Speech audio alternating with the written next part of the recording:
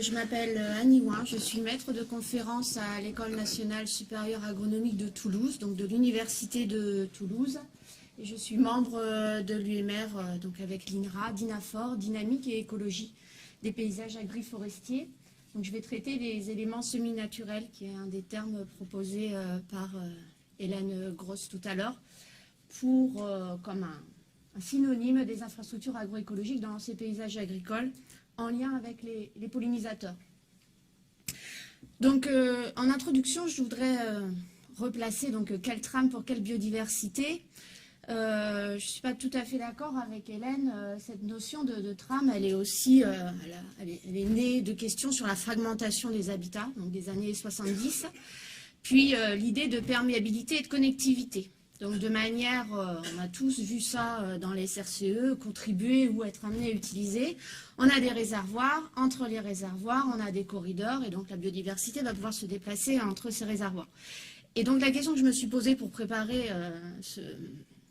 cette présentation, c'est en quoi ce dispositif maintenant de trames vertes et de sous-trames, les sous-trames arborées, les sous-trames herbacées, allait être intéressant pour les pollinisateurs sauvages que l'on étudie au laboratoire et ailleurs, et qui sont des leviers importants de la transition agroécologique. Donc ce sont ce qu'on appelle des agents mobiles qui vont assurer des services écosystémiques comme la pollinisation, la régulation des ravageurs. Je ferai un petit flash sur la régulation des ravageurs car un de ces agents mobiles, ce sont les cirfes auxiliaires, dont le stade larvaire peut être aphidiphage, donc consommer des pucerons, donc régulation de ravageurs, mais aussi pollinisateurs. Les papillons de jour aussi sont des pollinisateurs, mais les pollinisateurs les plus importants au sens, leur contribution la plus significative à la pollinisation, à la fois des cultures, mais aussi des plantes sauvages, sont les hyménoptères. Donc, je commencerai par poser la question des papillons dans le cadre d'un projet qui est terminé maintenant, qui s'appelle l'EVANA, en hommage à Rafina Levana, donc la carte géographique. C'est un papillon qui est un papillon des prairies, et on s'est intéressé à la communauté des papillons de prairies. On a donc stratifié notre échantillonnage en fonction de la connectivité des prairies. Un des résultats en fait de ces travaux, résultats qu'on n'attendait pas, souvent les résultats qu'on n'attend pas sont souvent les plus intéressants pour les chercheurs, mais c'est qu'en fait, c'est pas tant la connectivité des prairies et leur lien via des milieux herbacés qui était important pour l'abondance et la richesse spécifique des papillons en prairie, mais le fait qu'il y ait une mosaïque de prairies, bien sûr, qui est leur milieu principal, mais aussi de bois. Donc là, vous avez la relation entre la richesse spécifique et la connectivité des bois, avec une mesure particulière, mais aussi la proportion de bois dans les 100 mètres alentour d'une prairie, qui est significativement et positivement reliée à l'abondance en papillons.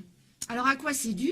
Je vous ai mis ici l'exemple de Magnolia jurtina, le myrtille, qui est un papillon très commun et qualifié d'espèce prairiale s'il en faut.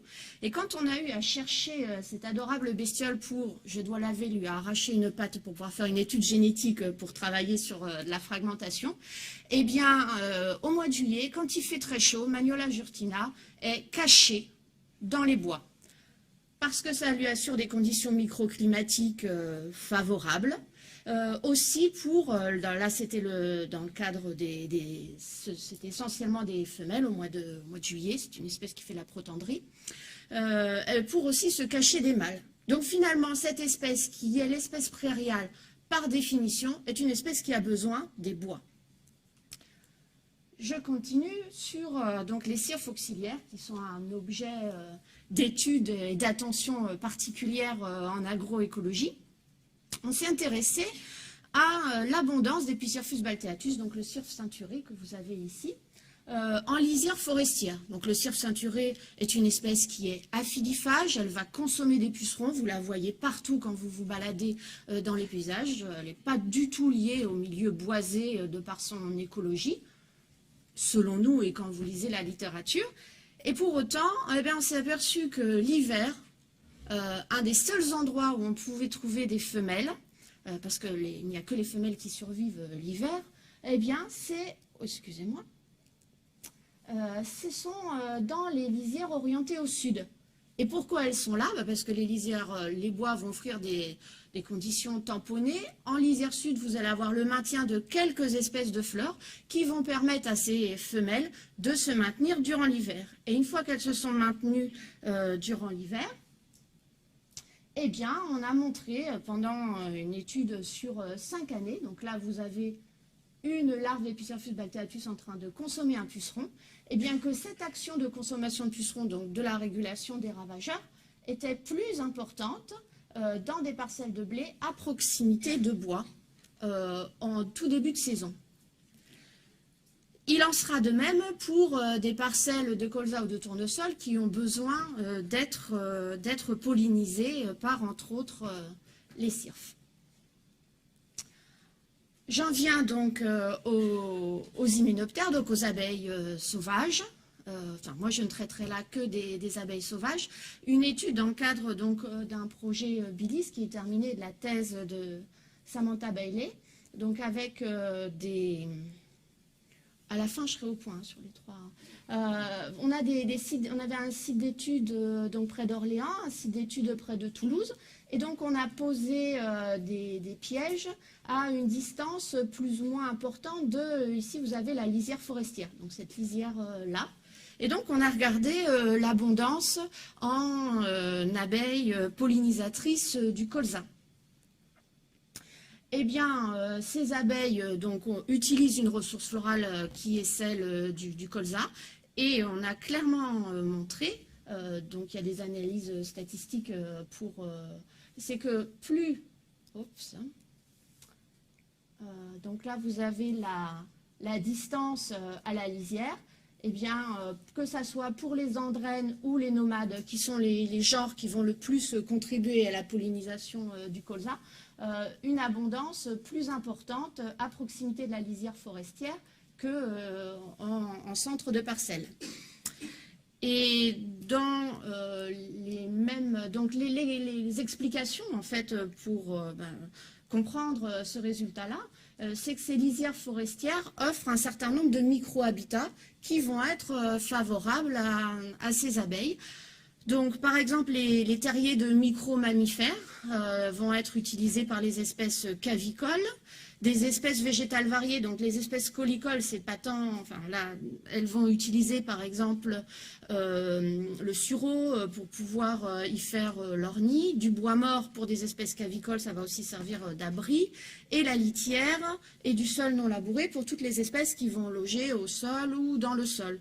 Et enfin, ces lisières forestières, au même titre aussi que les haies, vont apporter des premières floraisons qui vont aider les populations d'abeilles à se maintenir entre les floraisons massives de cultures et de tournesol. Vous avez exactement les mêmes problématiques avec l'abeille mellifère qui, entre les pics de floraison des cultures, a nécessité de trouver d'autres ressources florales. Et ces éléments forestiers, qui ne sont pas particulièrement connus pour être particulièrement fleuris, offrent cette ressource minimum et cruciale pour le maintien de ces espèces. Donc, dans à peu près le même site d'études à côté de Toulouse, dans le cadre de la thèse de Romain Carrier, on a montré qu'en effet, plus on avait de milieux semi-naturels, plus on avait une grenaison importante, alors d'une espèce mimétique du colza pour nous, mais beaucoup plus facile à conduire, donc de la moutarde sauvage. On a placé dans des paysages différents des pots de fleurs. On fait ça aussi, nous les écologues, on promène des pots de fleurs avec une moutarde qui n'était pas en sachet, donc pour lequel la pollinisation était possible, et une moutarde en sachet qui laissait passer le vent pour la pollinisation anémophile, mais qui empêchait les insectes de passer. Ensuite, ces moutardes, on les laisse finir leur floraison ou leur grenaison dans ce genre de tulle qui empêche de passer les insectes. Donc là, on a une relation clairement positive entre la quantité de milieux semi-naturels et la grenaison d'une espèce phare pour la production agricole. Et donc, on a voulu aller un petit peu plus loin que la quantité de milieux semi-naturels, parce qu'on a souvent une corrélation entre la quantité de bois, la quantité de prairies. Et donc, on a essayé de travailler sur des paysages qui présentaient des gradients indépendants entre la proportion de bois et la proportion de prairies permanentes. Donc, on a mis des bols colorés dans des parcelles agricoles.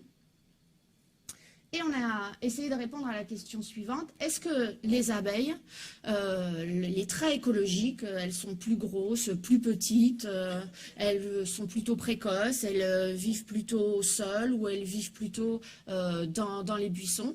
Est-ce que c'est différent, ce qu'on va appeler nous des traits d'histoire de vie? C'est différent selon la quantité et la fragmentation des milieux semi-naturels, en prenant en compte donc d'une part, la quantité et la proximité des haies, donc une mesure de la connectivité de ces haies, et la longueur et la proximité des haies sur un premier axe, et sur un second axe, orthogonal, c'était ce qu'on souhaitait, la longueur et la proximité des lisières forestières. Donc le long de ces deux axes, eh bien, on a trouvé que, en fait, ce n'étaient pas les mêmes abeilles dans ces différents paysages.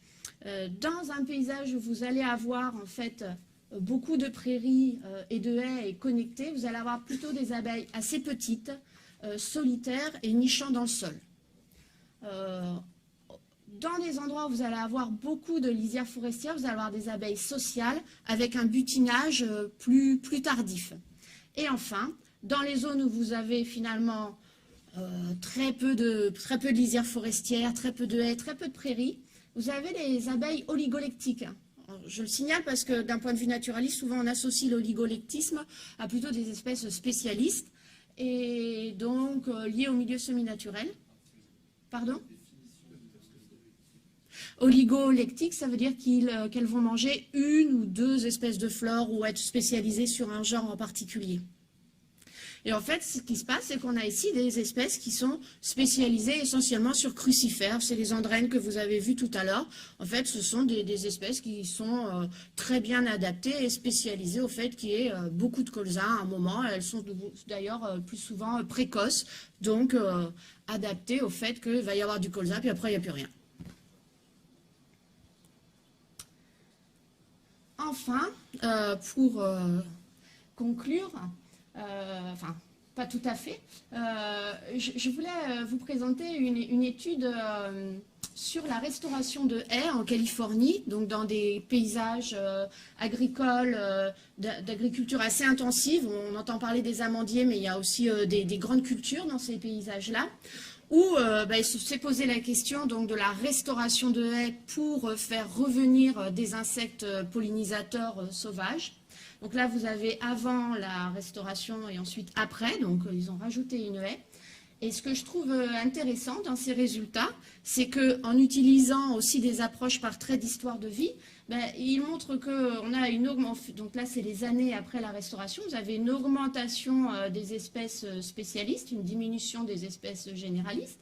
Les espèces qui vont construire les nids arrivent au début et les espèces qui vont utiliser les nids des autres ou les nids de petits mammifères arrivent au fur et à mesure, et ainsi de suite. Donc en fait, ce qu'il faut retenir de ça, c'est qu'au bout de 5-6 ans de plantation de haies, ce qui n'est pas grand-chose d'un point de vue écologique, vous commencez à avoir une diversification de la communauté des insectes pollinisateurs, et la littérature nous dit de manière unanime que la diversité des pollinisateurs est un point crucial pour le maintien et la continuité du service de pollinisation dans les paysages agricoles.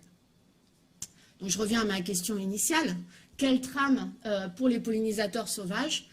Eh bien, moi je dirais que je pense que justement les sous-trames herbacées, arborées ont du sens en termes de conservation d'espèces avec une écologie liée à un habitat très particulier. Les espèces pollinisatrices que l'on a dans nos territoires agricoles, elles ont plutôt besoin, d'après les études qu'on a menées, qui est assez convergent avec la littérature, d'une mosaïque hétérogène à grains fins de l'ordre de la centaine de mètres, c'est l'hectare que l'on voyait tout à l'heure, associant des milieux semi-naturels, herbacés et arborés. Donc ces deux trames-là, très interconnectées les unes les autres, ce serait la meilleure configuration pour le maintien et le retour des insectes pollinisateurs dans les territoires ruraux.